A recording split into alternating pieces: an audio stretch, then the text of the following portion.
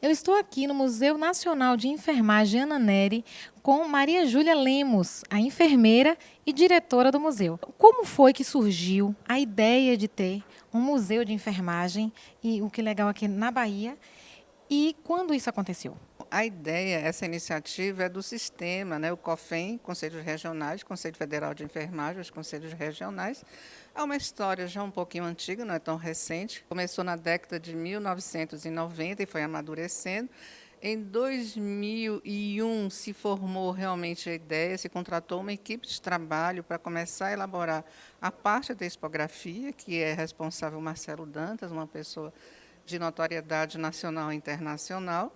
Em 2005, com a criação da Associação dos Amigos de Enfermagem, Ana Nery, para que pudesse receber recursos e fazer o projeto de implantação e desenvolveu todo o projeto. 20 de maio foi que esse museu de 2010 ele foi inaugurado. Então, nós já estamos com 6 anos de inaugurados, de história mesmo.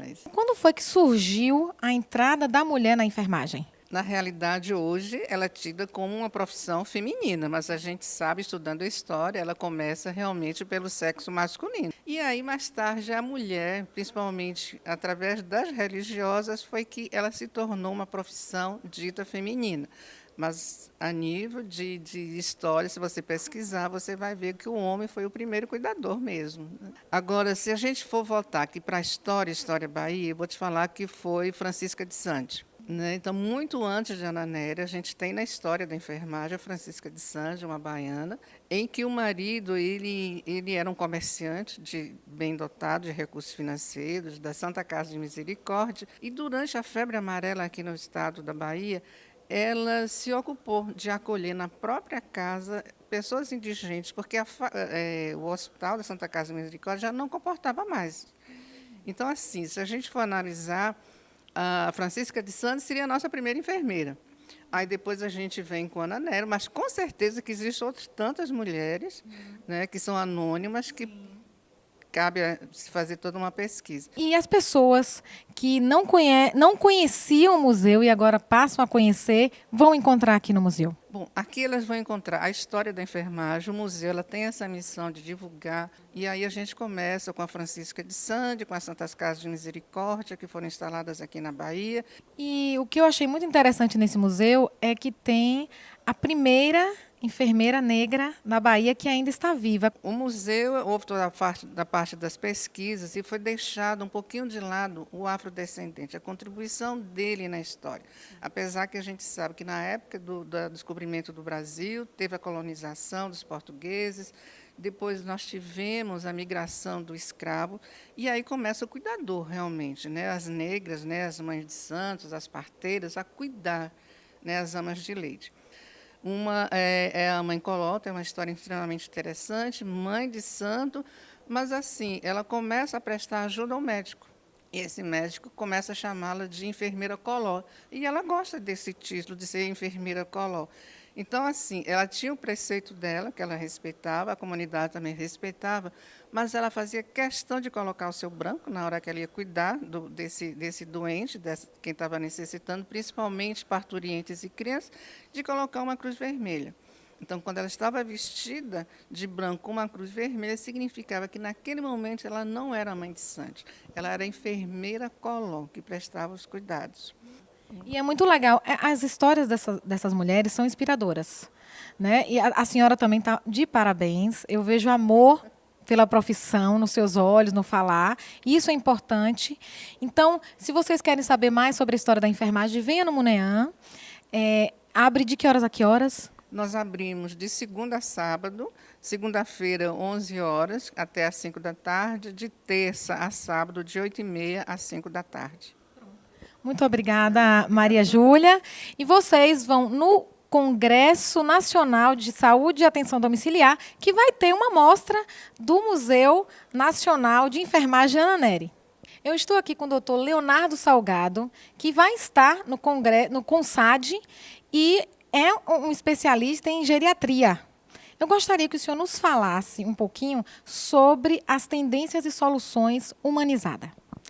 Com relação à humanização, tendências de tratamento, a gente percebe que a possibilidade de tratar pacientes no seu domicílio facilita a humanização desse tratamento. À medida que nós temos uma população que está envelhecendo num ritmo muito acelerado e não temos condições de criar unidades hospitalares para atender toda essa demanda, a possibilidade de tratar esses pacientes no domicílio, ela passa a ser uma possibilidade adequada e mais humanizada do que a possibilidade de tratá-los nos hospitais. Que isso é através do home care. Nos explique mais como é que funciona isso, doutor. A internação domiciliar é uma possibilidade de internação. Se você tem um paciente que precisa ser internado para um determinado tratamento, você vai avaliar o quadro clínico desse paciente e ver se ele tem condição de ser internado em domicílio e ser uma alternativa à internação hospitalar. Então, todo paciente que precisa ser internado, ele pode ser internado num hospital ou no domicílio.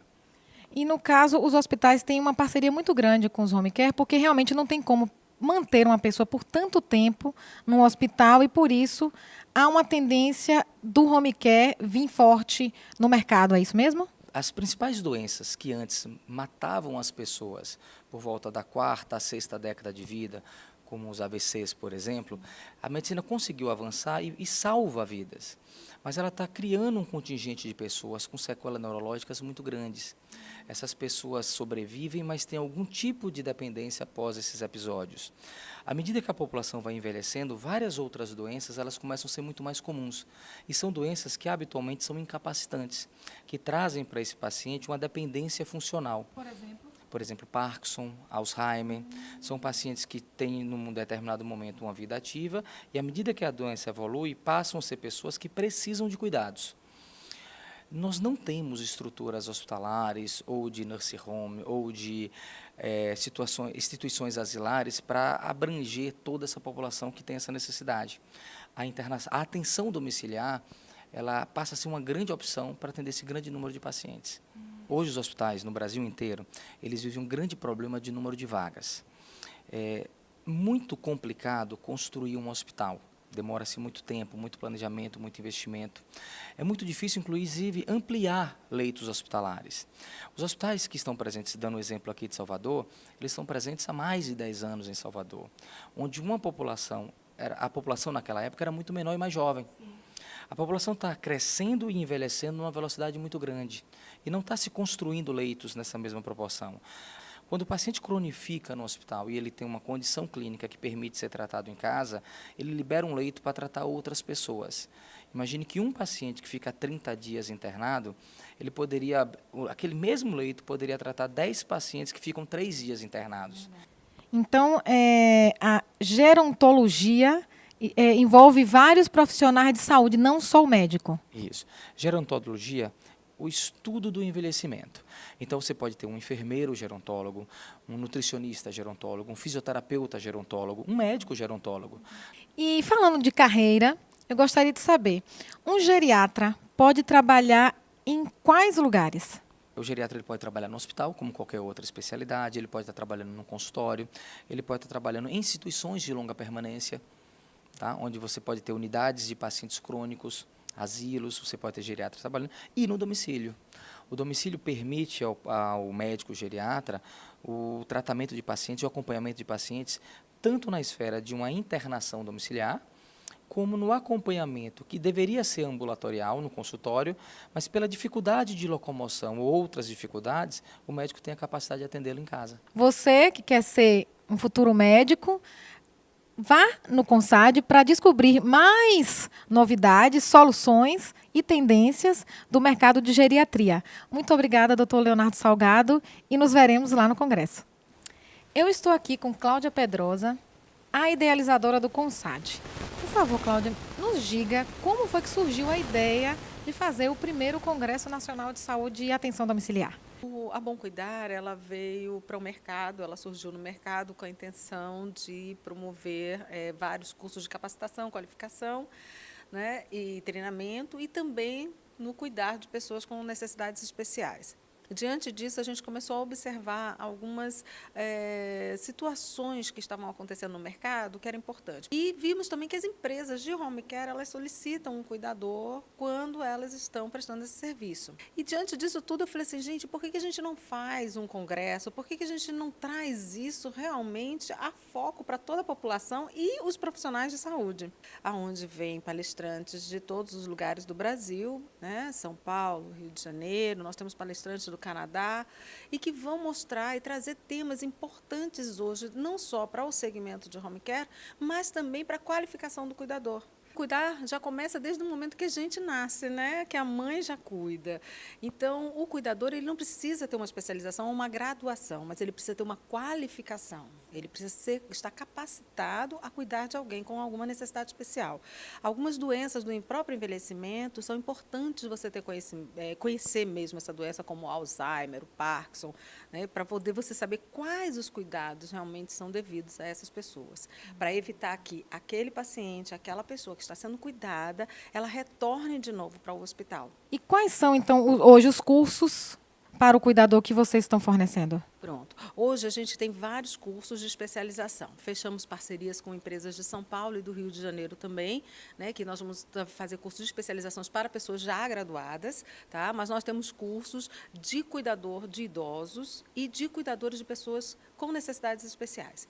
O importante é a gente deixar claro aqui, gente, a profissão é muito importante, é muito bonita, mas o curso ele não pode, em hipótese alguma, ter menos de 160 horas de carga horária de estudo. Não pode ser um curso de um final de semana. Ninguém aprende a cuidar num final de semana.